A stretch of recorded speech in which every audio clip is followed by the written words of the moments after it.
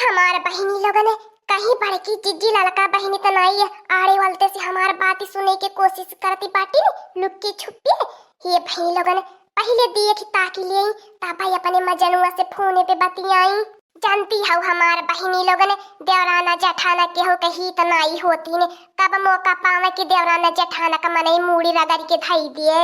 ओहो बहिनी का बताई हमें केहू से प्यार हो गया भाई वो तो तोहार लोगन से बतावत बाटी तोहार लोगन तो हमारे लड़का बहिनी और बड़की दीदी से कानो कान खबर नहीं करिया नहीं तो बहिनी बड़ा बदलानी कुली कही दी है का करी बहिनी लोगन अब प्यार तो हमें हो गए है उमरी में अब हमार मर्दा बहिनी एको दाई घरे रहबे नहीं करत हरदम परदेश छाए रहाला जानी ला बहिनी अब हम इतना गहरा मोहब्बत प्यार हो गया बाय कि का बताई बहिनी लोगन अब हमें जिए मुए के नाई डराई ते का बताई बहिनी लोगन वो हमसे बहुत है प्यार करने दमो पे दम फोन करत बाटे का बताई बहिनी लोगन कैसे वही नंदी नंदन के बीच में सासु ससुर के बीच में देवरानी जेठान के बीच में हम कैसे फोन बतियाई तरे बहिनी लोगन मड़ैया भागी भागी हरदम आईला।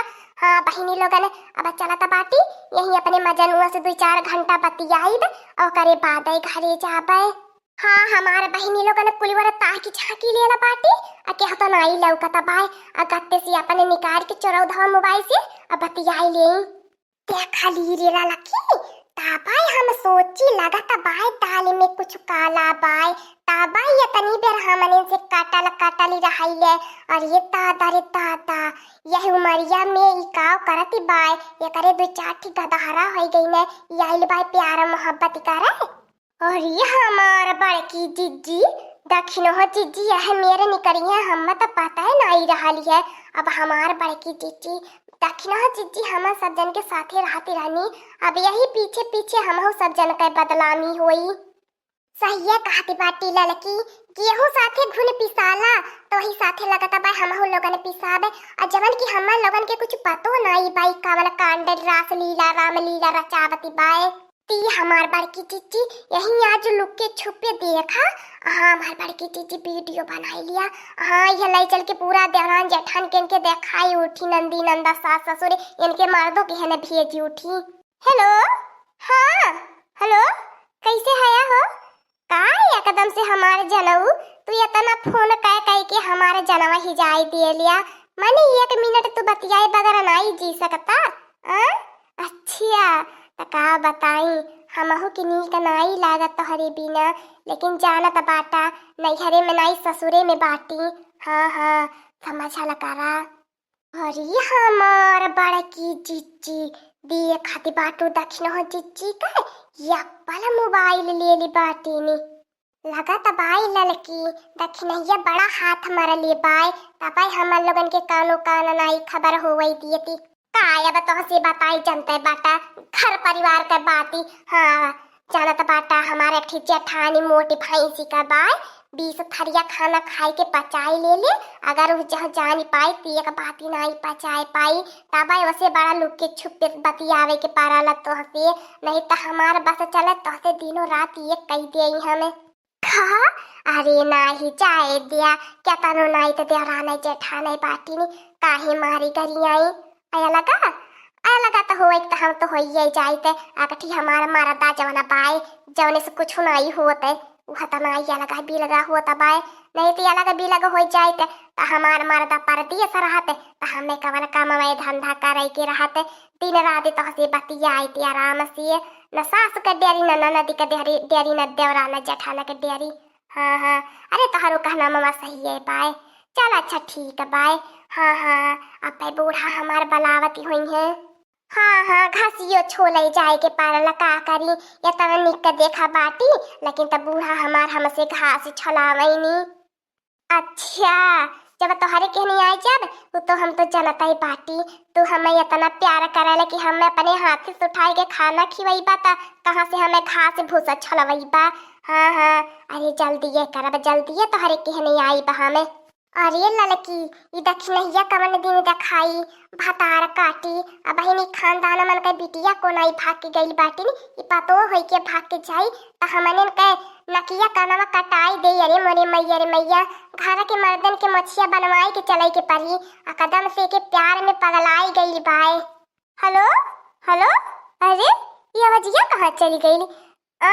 हेलो, सुना तो बाय तोहरे? हेलो, का भयल? ये आवाजिया कहाँ चली जाले? ये कर खूंटा जर जाए, नेटवर्क कवाई छोड़ देला दौरी दौरी। हाँ रुका रुका, नेटवर्क में जाता बाटी। हाँ नहीं नेटवर्क वही पकड़ तो पता न कान कौन सिमी दे दिया बाटा ओडा बोडा पकड़ ले। हेलो ना पकड़ ले, कहाँ जाए कि नेटवर्क का पकड़े? रुका ले काटे मत, हम जात बाटी नेटवर्क में। हेलो सुनाया ले का? अब ही नहीं सुनाता बा, फस फस बजिया जाता बा। अच्छा रुका जाता बाटी नेटवर्क में। और ये हमार बड़े की दीदी देखलू हो कैसे खपड़ावा पे देखी नहीं टन से चढ़ी गई। अब ऐसे तनिक से नहीं बोले बतियावे के मन करता बाए। अब ही सुनायल कि नहीं? अब तो बहुत दूरे चली आईली हमें अपन मड़ाइयो छोड़ के सिवानी में टहरल टहरल नेटवर्क के चक्कर में। का भैया नहीं सुनाता बा? अच्छा रुका।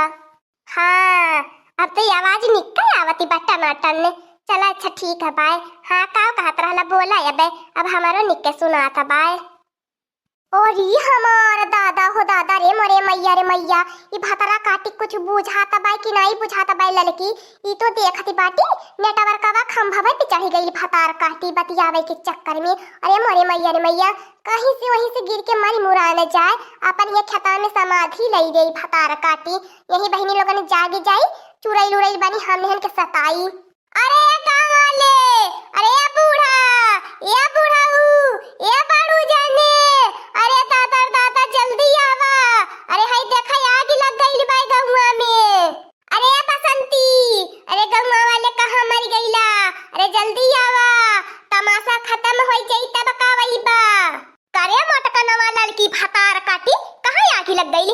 जब देखा तब तन्हन के मजाक सुझाला। करे भतार काटी लेके तन्ने हरदम मस्ती मजाक में तबाह रहा लिया।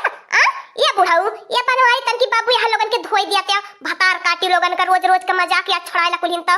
हाँ अम्मा यानी बहुत बल्लोच हो गई बाटी नी, बहुत ही अपन मन कह हो गई बाटी नी। जब देखा तब हमारी अम्मा हमने कुल बोली बोलले में तबाह रहा नी, चूर रहा नी। हाँ अम्मा बहुत नहीं करती बाटी। ये दादा लफटवा दिया था। अरे ये बूढ़ा बोलले से ज्यादा न एक दाई निगाहवा नेटवर्कवा पे फेरी लिया, ओकरे बाद तू चिल्ले आया और तब बोलिया तोहर मझिल की पतो है तोहरे हाथ से निकल गईली बाय, तनी एक दाई झांकी लिया ऊपरा। करे है दखिना ये भतार काटी ई टावरवा पे चढ़ के का करती बाटी? अरे भतार काटी ये तने तो ऊपर चढ़ गईली रे, कैसे उतरबी? अरे ये दखिना ये भतार काटी सुना त ना बाय, बहिर होई गईली बाय काने मोबाइल सटाई के।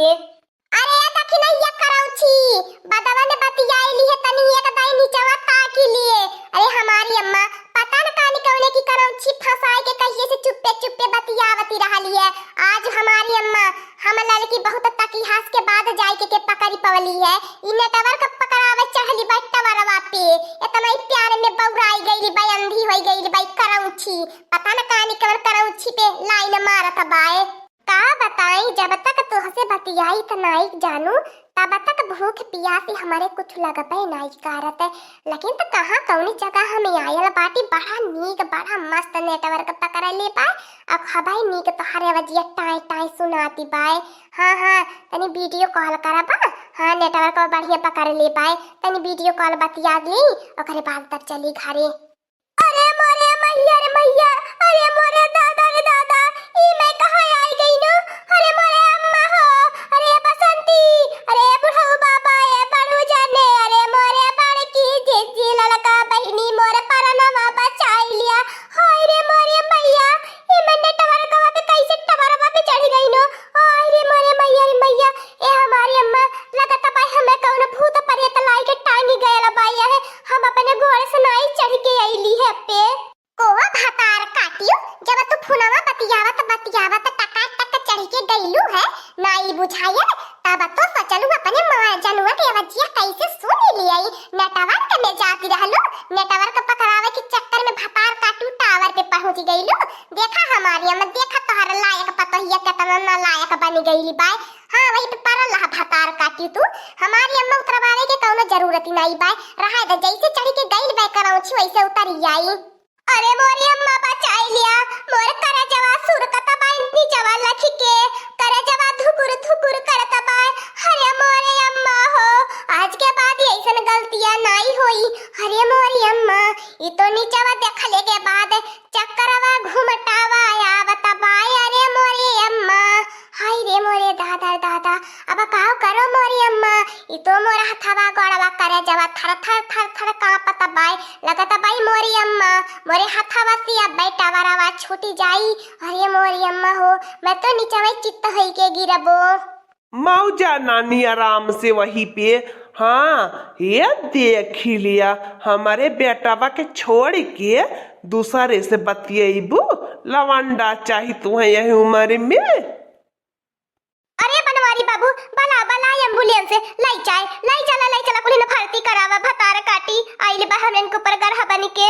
ए हमारी अम्मा हमारा मर्द कहीं नहीं जाइए बताई दे तो बाठी। हाँ जैसन करनी वैसन भरनी जैसन करी है वैसे पई है हमारा मर्द कहीं नहीं जाइए बताई दे तो बाठी। दूसरे के आगे का थरिया छोड़ी है ते अपने मुंह बल गिरी है। हाँ दोस्तों आज का कार्टून कॉमेडी वीडियो यही तक था। आगे का कार्टून कॉमेडी वीडियो देखने के लिए हमारे चैनल को सब्सक्राइब करिए। हमारे चैनल का नाम है दीदी कार्टून ऑफिसर। और हाँ दोस्तों हमारी वीडियो को ज्यादा से ज्यादा शेयर करें लाइक करें बेल आइकन को दबाना मत भूलिएगा सब्सक्राइब करना तो बिल्कुल मत भूलिएगा। और हमारी कार्टून कॉमेडी वीडियो देखने के लिए आप सभी को धन्यवाद।